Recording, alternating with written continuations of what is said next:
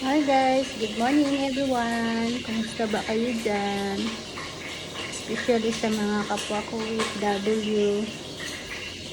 Ayan, oras na ng pagsasaing. Darating ng ating mga alaga. Alright, so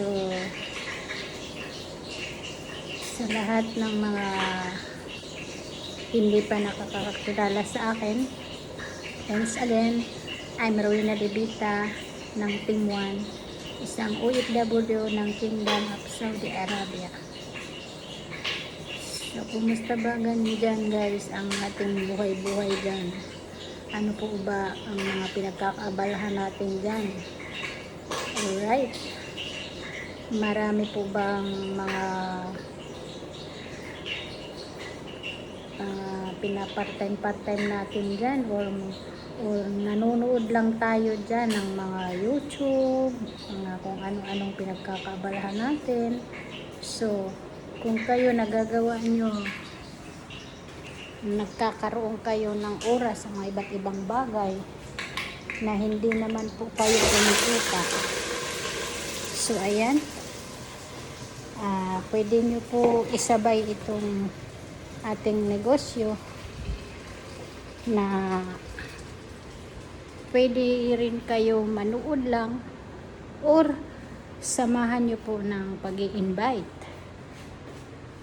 na pwede po kayo dito kumita at nang hindi na rin natin maranasan at or hindi na natin maramdaman yung pagtaas ng mga bilihin, di ba? Kasi kahit pagaano kalaki yung mga kamahal yung mga bilihin ngayon, kung mayroon naman tayong napagkukuhanan, mayroon po tayong mga negosyo na kumikita, so hindi po natin yan mararamdaman, di ba? Kasi mayroon po tayo na pagkukuhanan.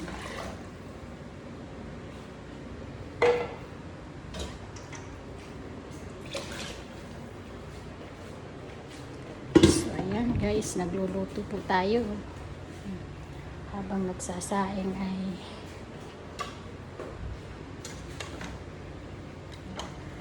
pinopromote po natin yung ating negosyo na ating nakita na pwede rin po ito makatulong sa inyo. Dahil kung ako bilang isang OFW nagawa kong kumita dito, what if kayo, diba?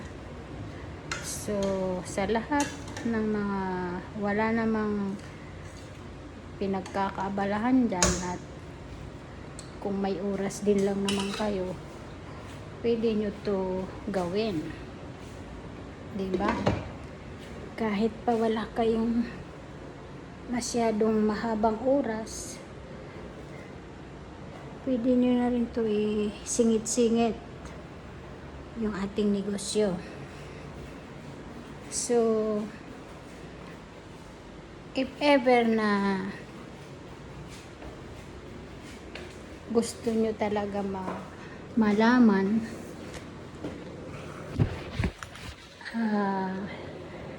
i-PM nyo lang po ako